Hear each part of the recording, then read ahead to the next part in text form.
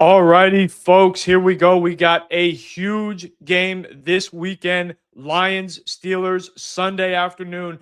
Everybody talking, everybody's talking about TJ Watt. What is going on with TJ Watt? This is a story, folks, that it's not going anywhere anytime soon. I mean, the fact that TJ Watt was last week while we were on a live stream going and getting going to the hospital to get surgery on a collapsed lung. You can't make this up. This is something that is like out of a football movie, like, I don't know, draft day or something. How is it that TJ Watt goes in on Wednesday in the Steelers facility, goes in, gets treatment on his rib cage, right? Had some tightness, dry needling, general, not that big of a deal, supposed to be an easy procedure, somehow gets a punctured lung, a partially collapsed lung, has to go to the hospital and have surgery just so he can come and potentially play this season. And that's really the big question, folks, because if you know Mike Tomlin this week, he comes out and what does he say when he's asked about it? I have no update on TJ Watt. I don't know if TJ Watt is in the facility or not. Yesterday's practice report Wednesday, he didn't practice. He's likely not going to practice. There are some people that say, hey, it would be great if TJ Watt even came back at all this season. There's other people that think he could be back as soon as the Browns game. So this is something that is just completely out of left field. I mean, I don't understand how in the world it happens. JJ Watt, his brother, came out here on the Pat McAfee show yesterday, and his whole tone, his whole entire demeanor changed when he was asked about TJ Watt and what happened. He basically just said, "Hey, it was an unfortunate event.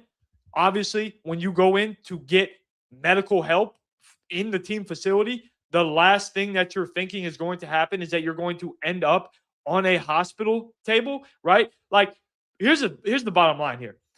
The words unexpected surgery, lung, and procedure, those don't mesh well for a team, especially when that's your best player, right? So the fact that TJ Watt, we don't know what is going on. We don't know when he's going to be back. It is extremely worrisome. And we honestly, I'm not too sure that we're going to hear much out of it because, again, Mike Tomlin was asked, he had no updates, was then asked, hey, are you guys still going to do this dry needling procedure? Is this still going to be something that you do for other players going forward? And he was like, I have no idea what you're talking about. Like, the Steelers are trying to sweep this thing completely under the rug. They don't want this out there at all by any means. They want TJ Watt back on the field, but they don't want to divulge any information. And honestly, TJ Watt's camp, other than JJ Watt, who, let's be honest, he's getting that information from TJ. TJ's telling him he can put it out there.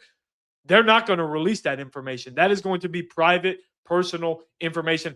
So there's a chance that we never really know what happened, why it went down, how in the world TJ Watt goes from being perfectly healthy, right? We were talking about in last week's stream, he had a minor toe injury. That's why when we were first asked about it, that's what we thought was the issue. What we thought was going on was something with his lower body. No, turns out he has to get rushed, go into immediate surgery. So that is obviously something that's going to be monitored throughout these last 3 weeks of the season.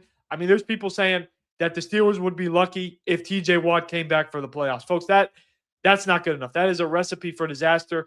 They got the win last week against the Dolphins, but the Dolphins had never won that game. The Steelers are now, even after that game, only 2-11 all time without TJ Watt on the football field. So it's definitely something to monitor. It's definitely something to pay attention to see what happens going forward. That being said, it doesn't look like TJ Watt is going to be able to play this weekend. So what does that mean, right? The good news is the Detroit Lions, they've been up and down this year. Obviously, they look like a potential playoff team. We've seen what they've done in the past. The question is whether or not the Steelers are going to be able to continue to stop the run, right? What they did last week against a red-hot Miami Dolphins team. Well, the good news, even if TJ Watt can't play, is that, honestly, probably their best run stopper is coming back. That is going to be defensive tackle Derrick Harmon. As you can see on the graphic, Derrick Harmon, he was a full participant in practice on Wednesday, and he is the Steelers' run defense is night and day when he's on the field. 96 yards per game is what they allow when Derrick Harmon plays football for the Steelers this season. 96. Without him, 165. And before the Dolphins game, it was 196 yards. He is that big of a difference to the Pittsburgh Steelers rush defense. They need him back. They need him full go. They need him ready to go out there and make some big plays because, once again, you can talk about the regression of the Lions or how the offense may have fallen off and the offensive line is not the same and they don't look the same. They're not as good of a team. The bottom line is Jahmyr Gibbs and David Montgomery are going to want to run the ball at will. Dan Campbell taking over, calling plays. He wants to run the ball at will. Well, guess what that's going to mean? It's going to mean that especially with Watt and Herbig potentially being out as well, you're going to have somebody who they can funnel the run inside, make sure that they hold up at the point of attack and get the job done.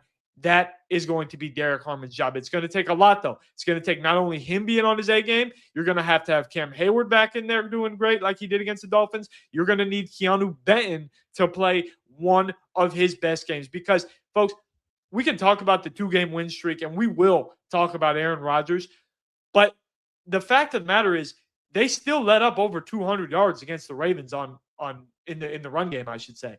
This wasn't like it was some great defensive showing. The Dolphins, Tua Tagovailoa just got benched, right? Like, this was some of the worst football that he played all season, and it hasn't been a good year for Tua by any means. And they benched him, right? He couldn't complete passes. He's out here. He threw a wounded duck on that interception to Asante Samuel Jr. So we really have to see, has this team turned the page? Are the last 2 weeks fool's gold, or is this a sign of what's to come for the Steelers going forward? Because if you take what they did against the Dolphins, right, and you look at what that defense did stopping the run, and you give them credit because Tua has nothing to do with the run game. He's not those guys up front blocking. He's not Devon Achane in the backfield running the football.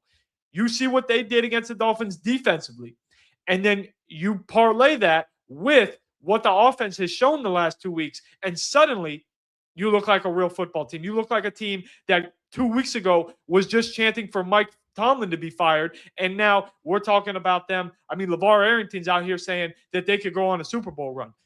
I'm going to hesitate. I'm going to pump the brakes on that until I see them beat the Lions, until I make sure that they do not fall to a trap game against the Cleveland Browns and that they finish the season on a high note against the Baltimore Ravens. And that's why it's so important, because it all starts this weekend with the Detroit Lions. And that gets me to Aaron Rodgers. Honestly, this has been an incredible last 2 weeks for Aaron Rodgers and for the Pittsburgh Steelers offense. Really, you go back to that Chargers game, right? And you saw a player that, for whatever reason, didn't look nearly the same. He just completely had fallen off from what we saw the first half of the season. It's like he had a midseason lull, and there just wasn't nearly enough juice on his football. He was missing passes. He didn't have it. He didn't look right.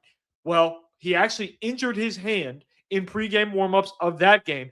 Then he breaks his left wrist, right? And he's Iron Man. He's a warrior. He's been there. He's done that. You can say a lot of things about Aaron Rodgers. You cannot question Aaron Rodgers' toughness. He went out there and he made the best of a bad situation. Well, now, weeks removed, right, as time goes on, body heals, steadily gets healthier. He can start running more under center. He can start doing more of those play action concepts. He suddenly looks much better. And quite frankly, it's not a coincidence. As we said, the health has been a major factor, but you look at what he's done in these last 2 weeks. Look at that completion percentage. 46 of 61 attempted passes have been complete. 508 total yards, 4 passing touchdowns, nearly an 80% adjusted completion rate. He is on fire, and it's not a coincidence that DK Metcalf getting more involved is a primary reason why Aaron Rodgers and the Pittsburgh Steelers offense has come to life. Those two things are not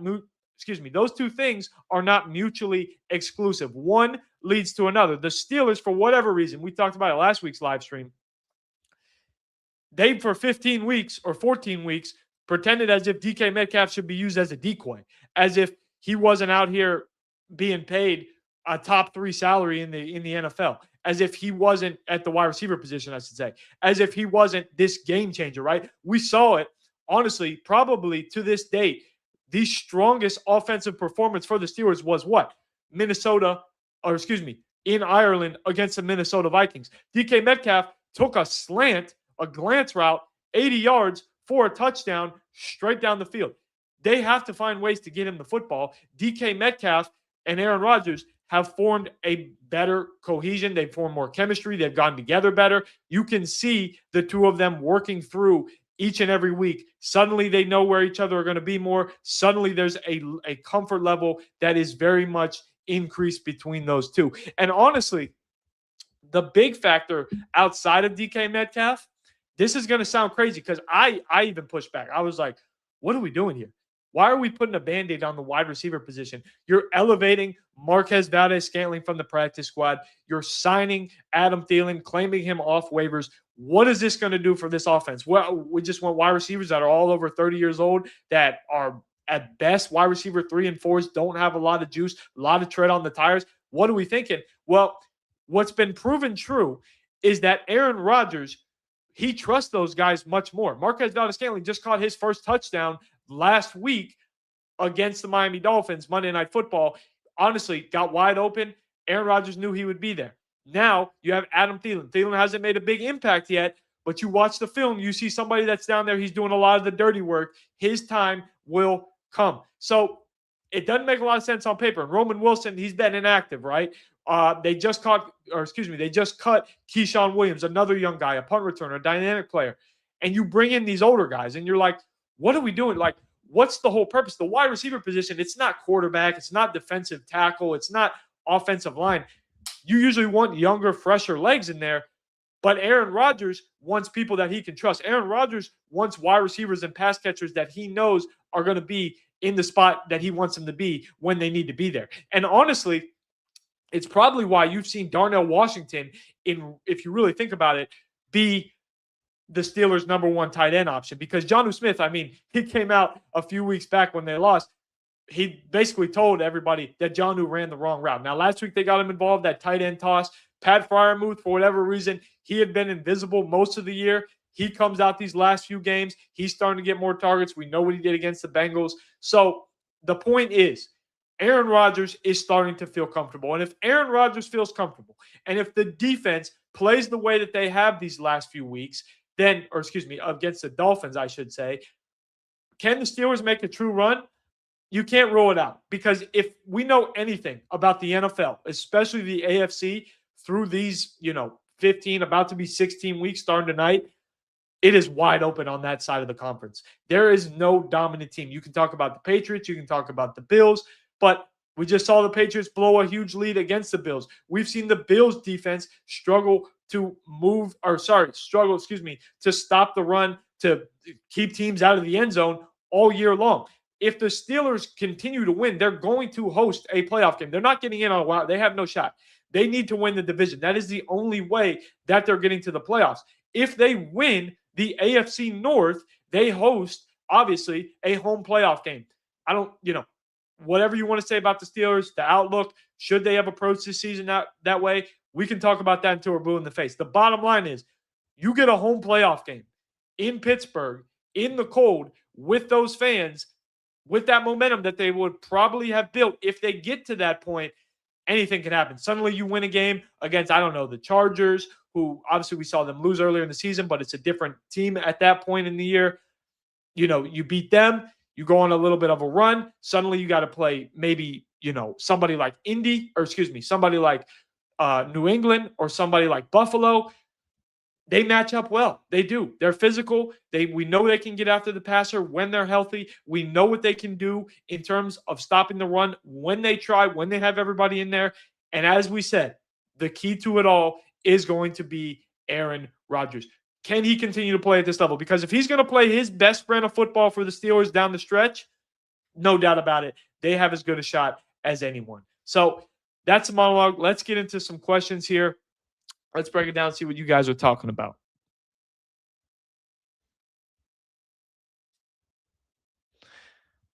All right. Bill says AFC North champs.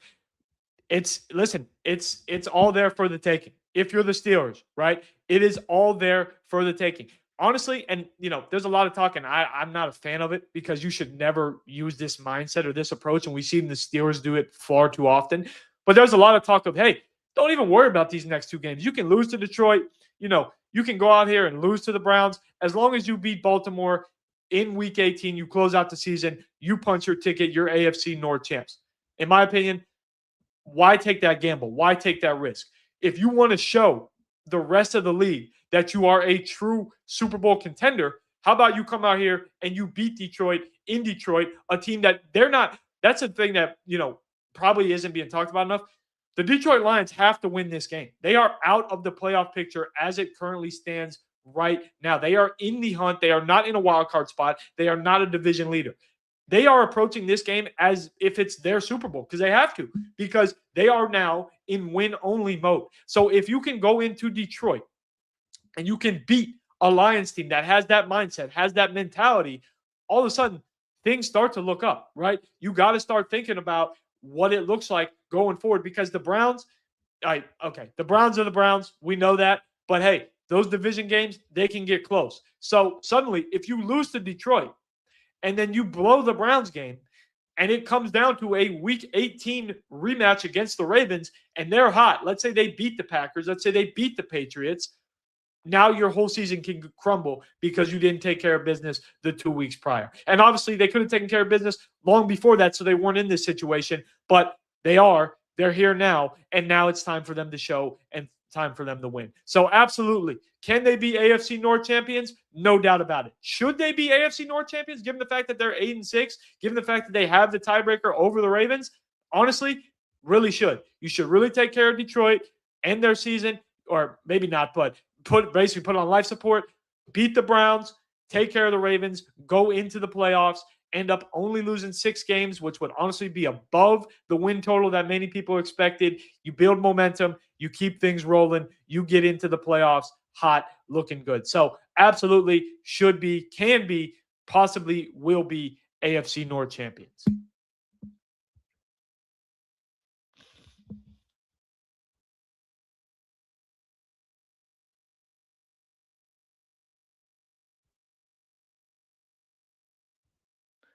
So Andrew's talking a little bit about Mike Tomlin and the tush push. So yeah, I think that that's actually a great point with the whole tush push thing because the Steelers, for whatever reason, right? We know the Eagles are the ones they made it famous. They went in, Jalen Hurts squat 600 pounds, this giant offensive line that weighs like a 2-ton truck.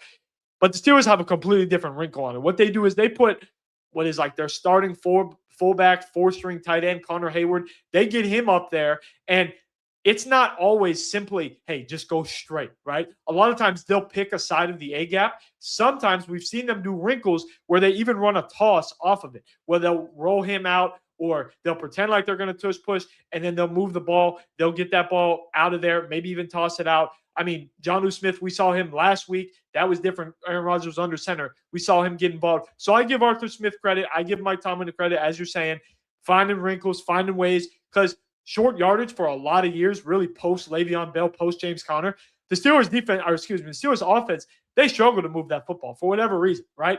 This year, if you want to talk about areas of growth, third down has been a major area of growth. And then the red zone. They have been much better in the red zone. Well, what makes you better in the red zone?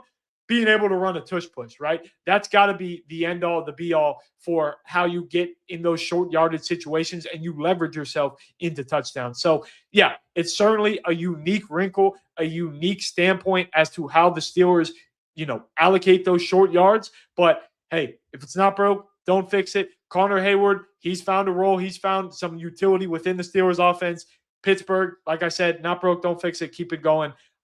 Good question about the tush push.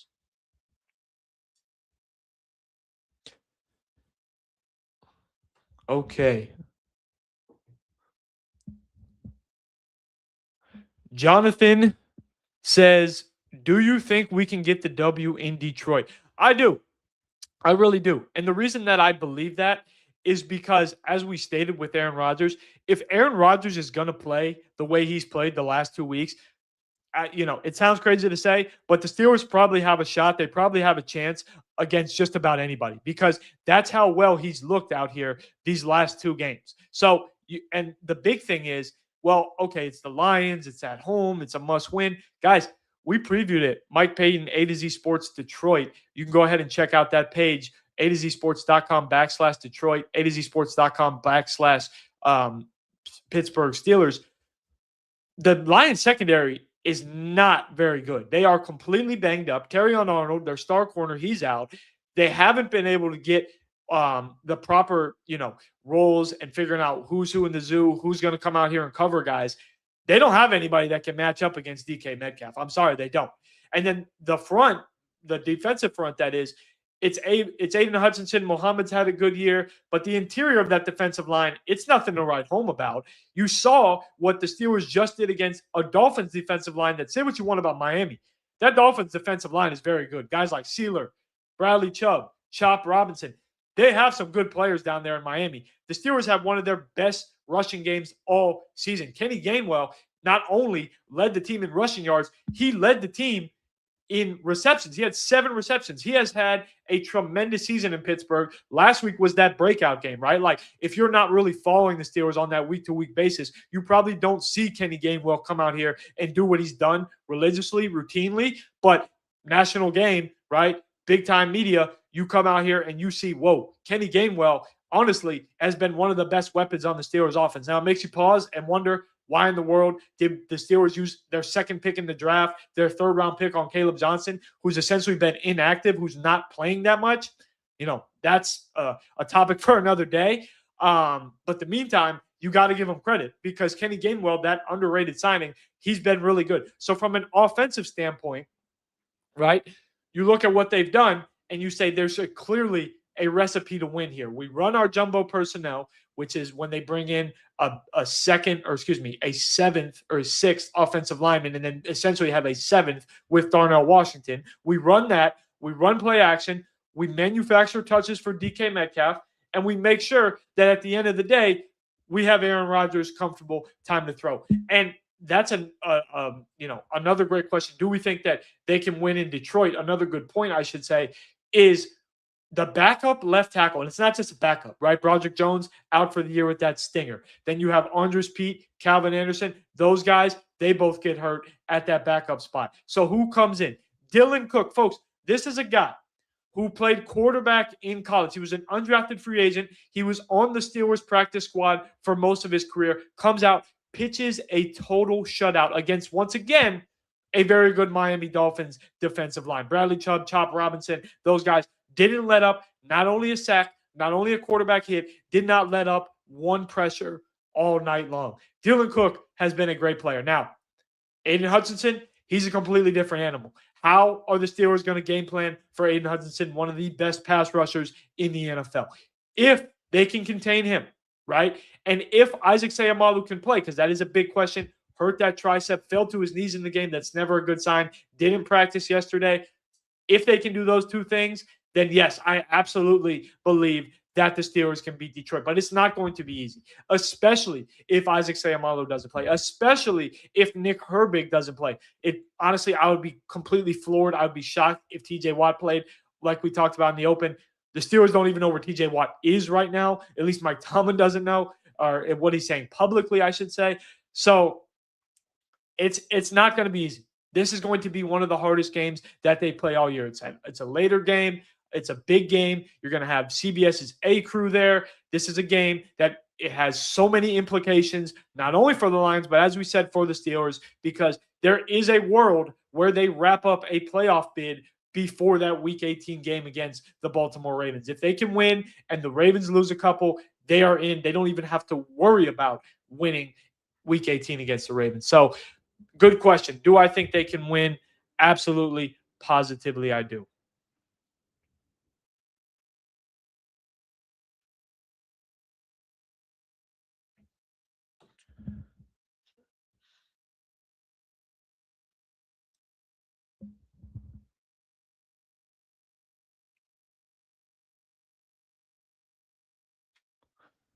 All righty, folks. Well, I think that's going to do it for this week. Be on the lookout next week. We are going to have obviously Christmas week. So big game Sunday. Last week, Monday Night Football. We're going to have a quick turnaround. Expect a Monday, Tuesday stream. We'll figure it out, but keep it locked. A to Z Sports, not only the Steelers, not only, NFL teams, we got college, we got everything going on. It is going to be a huge weekend of football starting tomorrow night. The Alabama Crimson Tide, the Oklahoma Sooners. It's going to be a big one. Parlays perfectly into a big Saturday, a huge NFL Sunday. So you guys keep it locked. A to Z Sports. We have you covered any and everywhere. Live streams, written stuff, YouTube videos, all you could ever want for football. A to Z Sports. We will see you guys next week. Thank you.